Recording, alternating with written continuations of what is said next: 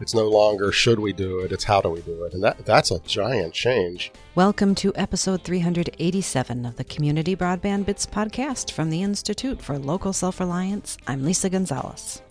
Many listeners already know Doug Dawson from CCG Consulting. He's been on the podcast before, often meeting up with Christopher at events to sit down and discuss current happenings. Both were attending the Broadband Community's Economic Development event in Alexandria, Virginia, when Christopher decided he wanted to hear some advice for communities from the man who has worked with so many of them over the years. Doug explains how many of his clients are no longer asking if they can improve broadband, but turn to him for advice on how to do it. They know it's critical. He talks about the feasibility study process and how a high level of communities that hire him for studies are following through and moving forward with his recommendations. Doug gets into some of the reasons why local communities are making broadband investments and explains why it isn't always a good choice for every community. Be sure to check out Doug's blog, Pots and Pans by ccg.com. Now here's Christopher talking with Doug Dawson from CCG Consulting with advice for communities. Welcome to another edition of the Community Broadband Bits podcast. Early morning live edition. I couldn't quite hit that intro the way I like to. But this is Chris Mitchell coming to you from Alexandria, Virginia, where we're at the Broadband Communities event. It's been a wonderful event. I'm talking about economic development and local governments for the most part. I'm here with Doug Dawson, repeat guest, founder and owner of CCG Consulting. Welcome back. Hi, Chris.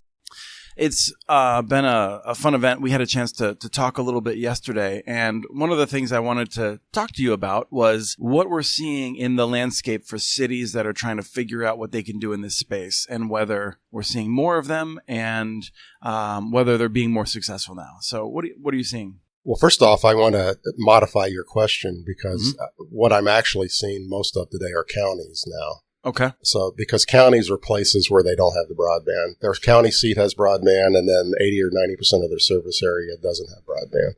And so, I'm working with a ton of county governments and some cities. And what I have seen, and this is a big change, when they come to me now looking for broadband solutions, they're not asking, is broadband feasible anymore? That's not the question that they're asking. Even though they do feasibility studies, they go, how can we make it work? They already know they want it. And so 3 years ago, they were truly asking the question, could we make it work here? No one asked that question anymore. And they go, how do we pay for it? It really is the question. And so now they know that they can't afford it, so they're coming in and they're going, help us find a partner, help us figure out how to do it ourselves. But they know they want this. It's no longer should we do it, it's how do we do it. And that's a giant change because communities are just deciding. 10 years ago, I said, if you all don't do it, no one else is going to do it. And they finally all realize that. I mean, they can see the map now and they go, gee, no one's bringing it here, are they? So. Well, that's wonderful to hear because I've been critical of certain consultants in the field that many are critical of. No need to dig too deep into that. In part because I've long felt that the feasibility study should not be a yes or no, but a how. Right, and that's what I do now. In fact, I tell them up front, a feasibility study has two separate purposes. You do an engineering analysis and you do the financial models for the partners. Unless they want to do it themselves, and then you're doing it for them. You do the written report for the community. That explains how and why, and because there's lots of folks who need to be educated on it, and it gets that conversation started. So it's really a two-product piece of work. And what we do is we take, usually now, a week after we're finished the study, we get all the local ISPs on the phone and we go, let's tell you about what we found here. Maybe you guys can make this thing work. And we show them the numbers because every ISP is interested in partnering with anybody, theoretically. And so if you're a county and you call every ISP within 100 miles, they'll go, sure, we're interested. Right. They're not Tell really us more. They're only actually interested when they see the numbers. And then 2/3 of them will go, I don't have any equity. I can't borrow that kind of money or whatever. They walk away. But then one or two of them may go, let's find a way to make that work. Now they know what they're talking about. Before that, they're just talking in theory. Yeah, you've got 4,000 unserved houses. How much is it going to cost? Right? Because it's never the same number, county by county by county. So that report generates that result where you can have an honest conversation with ISPs, and all of a sudden you can find a real solution.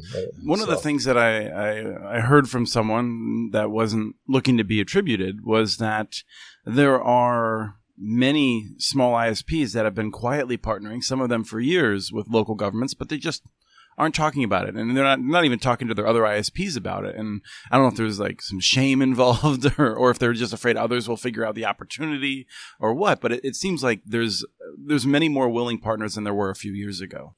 There was a time where small telcos did not want to tell other telcos they were doing it because the cities were the enemies. Because there were a few cities who had become ISPs and they were scared to death. And every little telco was scared to death that their local government's going to do the same thing. And so it was sort of shameful. Mm-hmm. I mean, to be honest about it, they all did it. A lot of them did these little partnerships, but they certainly did not talk about it very loud. Nowadays, they're openly forming partnerships because what does a partnership mean? It means the community gives them some money. No one's ashamed of that. And that's what it really means. They make them they help them become a customer on their network, and they give them all the city's business, and they usually are nowadays giving them grants and or loans. And so that's, everyone knows that works now. Mm-hmm. And so it's a whole different world. So people are coming to you and they're saying, how can we make this work? Are you finding ways in which you can make it work now? I responded to an RFP not long ago where they asked me a question in the RFP and they said, tell us your success rate. And I go, I don't know. That's not something you don't have a chalkboard where you come up and you start marking these down. So I went back a year. I go, any study I finished in the last year, you can't, who knows, because it's still brand new, right? So I went back from 2 to 4 years back. Every single study that we worked on, the cities or counties found a solution already. It blew me away. I didn't even know we did that. Mm-hmm. and I think the other consultants are finding the same thing. The point is, these folks are ready to make something happen. They get the study in hand and they go off and run with it. So it's, and so then they do that exact step I said earlier. They take that study, they take the numbers, they talk to their neighboring ISPs and they're starting to find solutions. Now they may not find the ultimate solution. It may be a county who finds someone who does 20% of the rural area, but that's a start. Mm-hmm. They're going like, well, that 20%'s off the board. Let's go work on the other 80%. Sure. So they've all found at least some solution. A few counties have found a 100% solution, which is amazing for a rural county to get a partner who builds the whole darn thing. Right. A few of them have done that. I was just realizing I didn't properly introduce you, assuming that people would be familiar with you, but you write the Pots and Pans by CCG site. Yes, I'm guilty, yes. But then also last night you announced you have your 1,000th customer ISP that you're working with. Yeah, my wife had now told me that because we went around, I guess this is our 24th year, and she goes, you've hit 1,000 clients now. That's amazing. Yes, it is amazing. That's a lot of clients. And they're all in the telecom world. About 350, maybe now closer to 400 are municipalities. The rest are commercial companies. That's a whole lot of companies. Yeah. So the other thing I wanted to talk to you about, and we're not gonna name any names, but at a recent panel, I was talking about how I feel like people misunderstand my intent, my strategy, and they sometimes think that I'm looking for every city to get into this game, and in terms of building networks or operating networks or something like that. And I've not thought that was realistic. I don't think that's even a goal. But I mentioned that I don't think some cities should do it. And someone came up and said, I'd really like to hear you do a show on why cities shouldn't do it. And so let's start by just talking about some of the clients you've worked with in which you came back to them and said, you know what, I don't think this is a good fit for you. Well, first off, 80 to 90% come to me and don't want to be the ISP. So most governments don't want to be an ISP because they already realize without even getting external advice, they go, we're not ready to do this. County governments particularly. County governments do not have utilities. They don't have any real technical folks. I mean, they might have one or two IT guys, but I mean, they're not ready to tackle a technical business. So they don't want to be ISPs, but cities, a lot of them still do. So. And so let's dig into this in terms of that. Like when they say we're not ready to do it, I suspect, and of course they don't have someone they can promote to it. And you wouldn't, if you wanted to do this, you wouldn't necessarily find someone who's working in the permitting office and have them run it out. You'd hire someone. But even that, I think cities will recognize that for some cities, they may not be confident they can attract the talent that they would need to run something like that. I'm suspecting that's one of the hangups. The number one factor that makes cities confident they can do that are still cities who run electric utilities.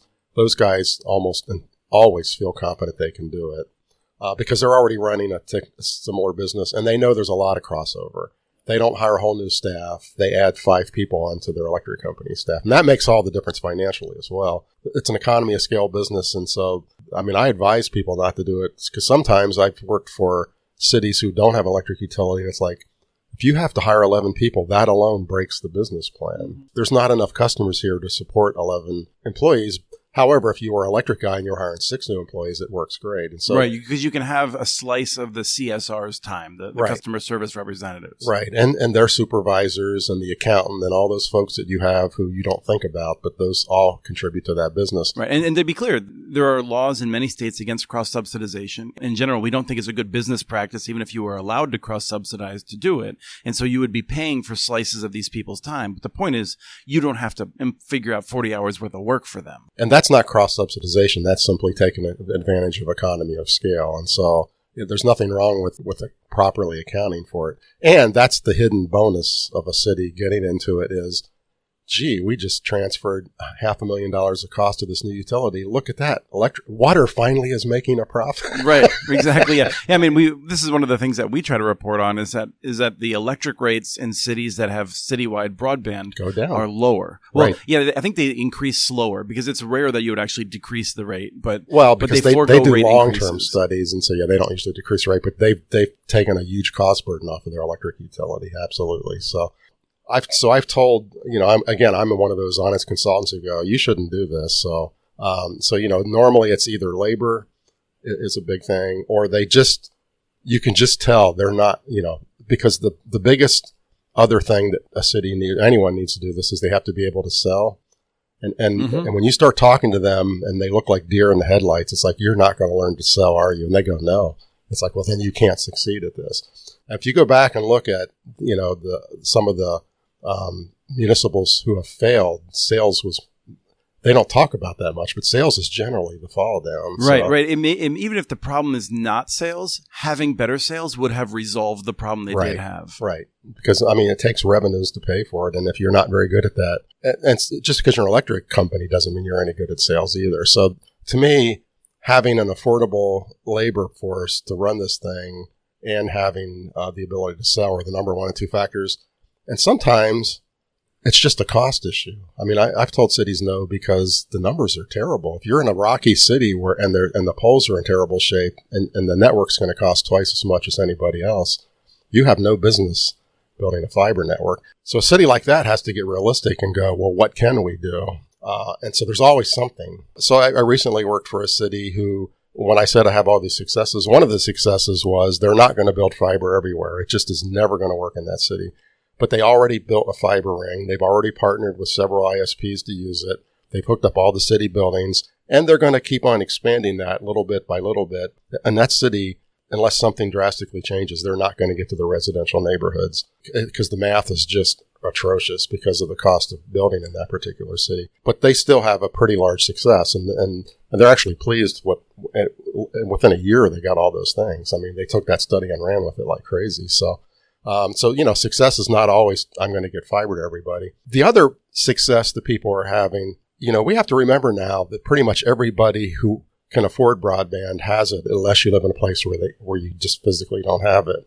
So a lot of the cities are coming to me, and the digital divide and the homework gap are actually their number 1 thing on the list of why they're hiring me. Mm-hmm. So they don't necessarily need a full city fiber solution. They need to find a way to get affordable broadband to the parts of the city that can't afford it. And if that's all they're looking for, that's a totally different solution. Right. And I like to say sometimes that in some of those cases, building a whole new network may actually be a way to get at that. Right. But that you don't make the same investment necessarily if you're looking for economic development as if you're trying to deal with the digital divide. Right.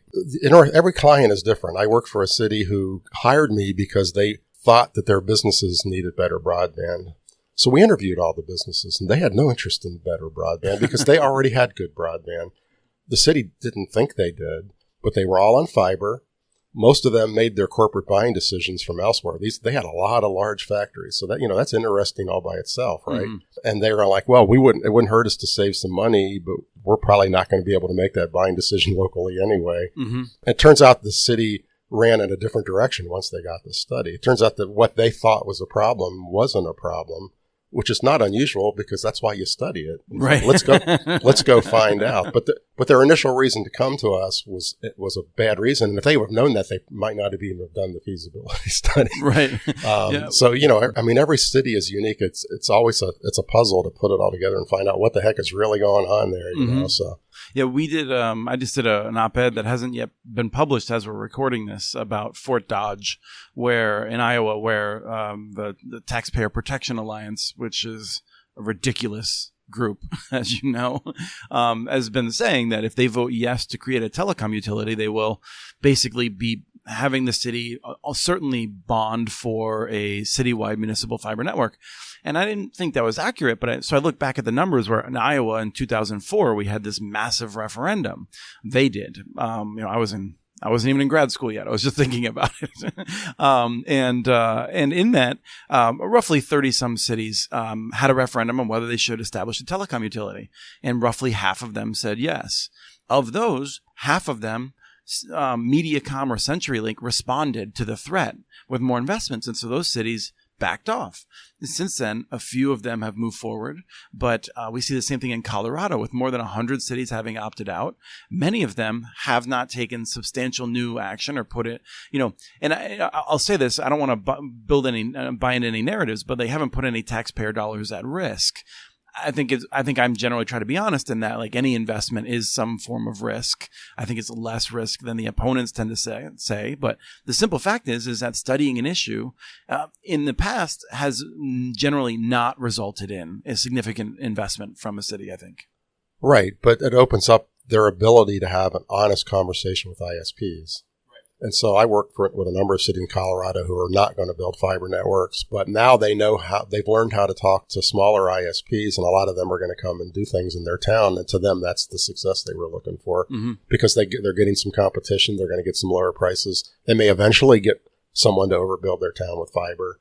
But that you have to start somewhere. And so I don't think there's going to be that many cities that actually pay to overbuild themselves. It's becoming a pretty rare thing because the partnerships are such a smarter idea. You bring in someone who already knows what they're doing. You have that whole economy. A guy who comes in who's already got 40,000 customers can serve your customers a lot more cheaply than you can. It's the math is so straightforward and simple. The other issue you got to remember, to go back to why cities shouldn't do it, there's a surprising number of cities that I've actually had them go, yes, we're going to do this. And then they go talk to their bond guy. He goes, you can't borrow that much money. Not in a million years. You're just not that solvent.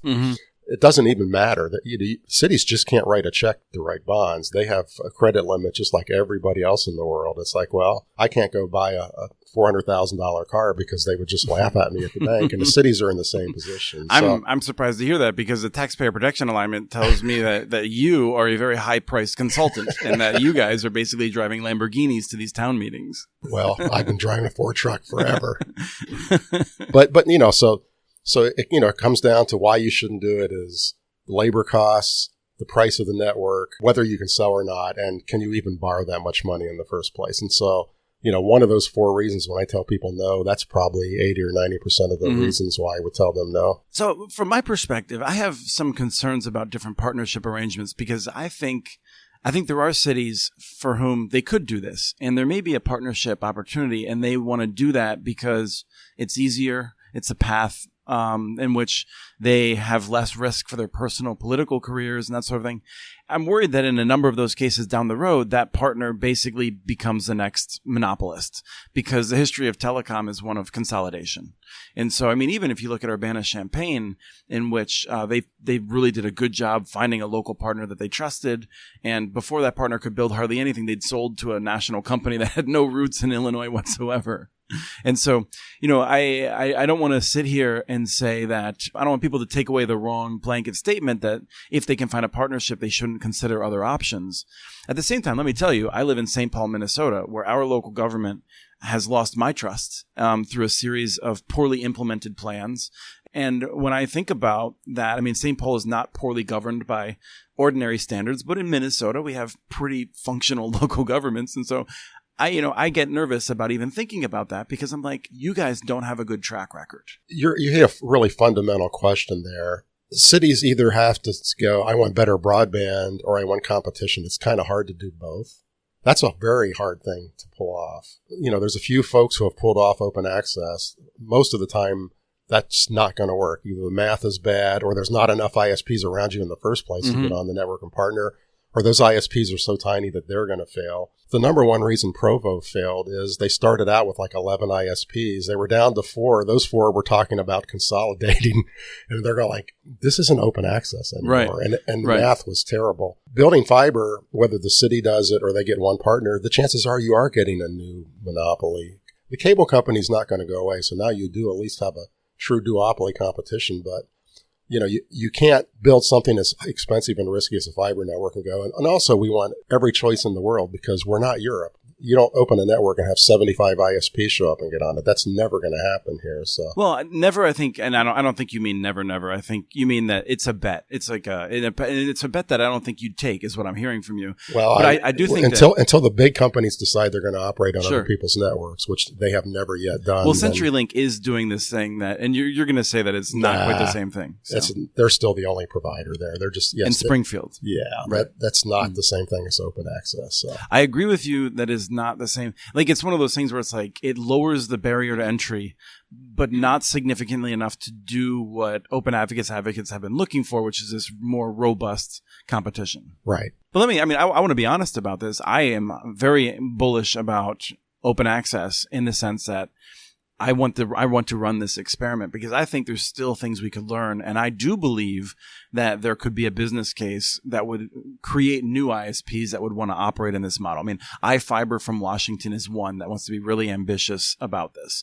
And, there's several others that are coming out. What's the Gigabit Now, as well. And so, Ting maybe want to go into this area. And so I feel like I agree with you in that I don't think people should assume that this is a solid model that can absolutely will pan out in the way we expect. But I think I'm a little bit more hopeful than you are in this. Well, I've worked with most of the open access networks, and there's only 1 or 2 that can even be called remotely a success so far. By financial standards, having paid for themselves. Right, and the reason most of them are still operating, they love what's going on. The community loves the network, and they love the competition, and they love the prices. But the networks are being subsidized. And, right. And there's nothing wrong with the city choosing to subsidize a network, but you should be doing that openly up front and go, we're going to subsidize it forever. And that's a valid community choice. But most communities are not ready to make that choice. Yes, I agree with you. And I think there's still some new chapters that are being written even in the next few months, perhaps, and in some of these places that are looking at the Ammon model and that sort of thing, where it's a whole different financial arrangement in which you just sort of de-risk it in interesting ways. But it remains to be seen what the long-term economics of that are. And part of the issue of open access has been that it's people often engaging in price competition, selling vanilla ice cream. And I believe that there's a world in which there are different kinds of services that different companies specialize in. And I don't know if we're going to get to that world, but I'm trying very hard to help us see if we could. Well, this is the difference between you being in graduate school and I've already been doing this for 30 years. I'm a little more cynical, so. But I'm a numbers guy. So, if the numbers don't look promising to me, then again, I go, look, the numbers aren't good, but you can still do it. But here's what the consequences of going ahead and doing it are. So it's hard I've yet to see an open access model that guarantees you're going to be successful. So that you're taking a really large financial risk. You could be successful, but it's a much smaller chance than with an overbuild model. So with a one ISP model. You use the John Sallet forbidden word, the overbuild. Sorry. Yes, overbuild. Hey, every new network is overbuilt. Right. Yes. No, and I think, this is it's a good conversation. You're not going to certainly guarantee success in any situation, but I think it's worth understanding. And this is why many cities have come to you and said, we want to do open access, and they've ended up not doing open access. Yeah, I show them the numbers, and then they make their choice. And some of them are doing open access. I mean, again, I have a lot of clients who do open access, but they're making the choice to do that even with the numbers. Right. And most of them have an electric company, and they're going like, that's okay. We can absorb it. It's like, okay. Well, yeah, in the public utility districts. And now I'm going to have 13 people going, who are they? Because we need to go investigate their cost subsidy issues. But most of them are accounting for it honestly. Right. In particular, Chelan and Grant have have written off significant parts of their debt that they made, and that's not money that local the local electric rates have not been impacted by that. They've done wholesale power sales off into California that have paid for that. So it's, and they cross subsidize their sewers often with that money too. Grant County is now building the rest of the network, which is the rural expensive parts, and because they've just said we're going to finish this network. Mm-hmm. It's amazing. Yeah, Grant County is like Delaware if you took a lot of people out of it. It's huge. It's you can drive for 2.5 hours across the county. It's a really big county. So the last question is, I come to you and I'm like, look, Doug, we're having a beer. Wait, it's 8 o'clock in the morning. No, we're not having a beer. So. St. Paul has this history, but I know that we're going to have a Comcast monopoly if they don't do something. What do I do to try to get us on the right path? Now I'm going to be hopeful for you, because in the city right next door to you, there's a fiber overbuilder, and eventually they're going to get there. They're doing a great job in Minneapolis, and they're building fiber one street at a time, but they've done a lot. And they're eventually going to go, well, Minneapolis is done. Let's go to St. Paul. So be patient. I live close enough to the river that I have hope. Yeah. So I think they will eventually get there, because when they're finished, that's their only real chance of expansion. So let's just say Minneapolis. U.S. Internet is not in Minneapolis. What do I do? There's only 3 cities that have a U.S. Internet equivalent, right? So what I see the larger cities doing, NFL cities and the bigger cities, is they're now looking to tackle the digital divide. They're going we still have 15% of our population who doesn't have any internet at all. So, you look at Buffalo, and Buffalo is starting a trial this year to bring internet to 5,500 school kids to their homes. They intend to get to every one of them. Mm-hmm. And so that to them, that's the solution the city really needs, because everyone else has broadband. So they're going we don't want to be an ISP, but by gosh, we have a cable company here. We have a telephone company here, and we still have 25,000 students who don't have broadband to do their homework. So they're going to solve that problem. And so I think a city has to be realistic. If you look at all the NFL cities who have done feasibility studies, the cost of the network in San Francisco and Seattle and all the cities was north of $1 billion. That's a massive undertaking. And in most cases, they have to do a referendum. They're never going to get that approved. But they have to get realistic with those. And in most cases, people have told them ahead of time, don't even look at the numbers for doing a citywide all-at-once build, especially if you're planning to connect every home. Right. It's not rational to do that, but they go ahead and do it, in part because I think they're looking to shut people like me up by saying it's too expensive. Shut up, Chris. Well, no, I think they really wanted a solution. I think those cities were honestly hoping to get better broadband. San Francisco certainly was. Seattle has had that on there. They had 2 mayors who ran on that as an issue, and I believe they legitimately meant it, but it was never going to happen. But, in doing that, they've really kept broadband at the forefront of the conversation in the cities, and broadband has gotten better in both of those cities. Not as good as they want. And I still think both of those cities should be turning around and looking at what Buffalo's doing. The fact is, there's other ways to fix these problems. So. Sure.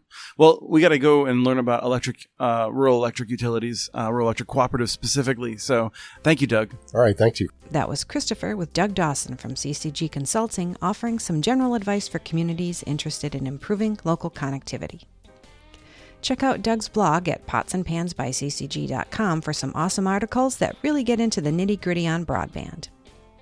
We have transcripts for this and other podcasts available at muninetworks.org/broadbandbits. Email us at podcast@muninetworks.org with your ideas for the show. Follow Chris on Twitter. His handle is @CommunityNets. You can also follow muninetworks.org stories on Twitter. The handle is @muninetworks. Subscribe to this podcast and the other podcasts from ILSR, Building Local Power, and the Local Energy Rules podcast. Access them anywhere you get your podcasts. Catch all the important research from our initiatives when you subscribe to our monthly newsletter at ilsr.org. While you're there, please take a moment to donate. Your support in any amount helps keep us going. We want to thank Arnie Huseby for the song Warm Duck Shuffle, licensed through Creative Commons, and thank you for listening to episode 387 of the Community Broadband Bits podcast.